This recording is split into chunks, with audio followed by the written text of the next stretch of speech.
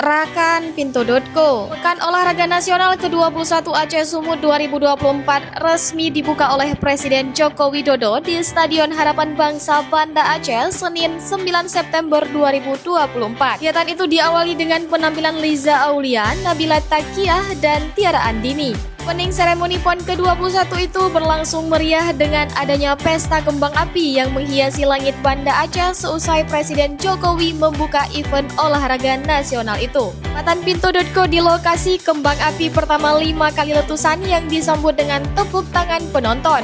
Bersamaan juga tampil Firza menghibur para atlet dan tamu undangan. PON ke-21 Aceh Sumut 2024 berlangsung meriah dengan dihadiri oleh ribuan masyarakat Aceh, atlet, ofisial, Forkopimda, hingga tamu undangan dari provinsi-provinsi lain di Indonesia.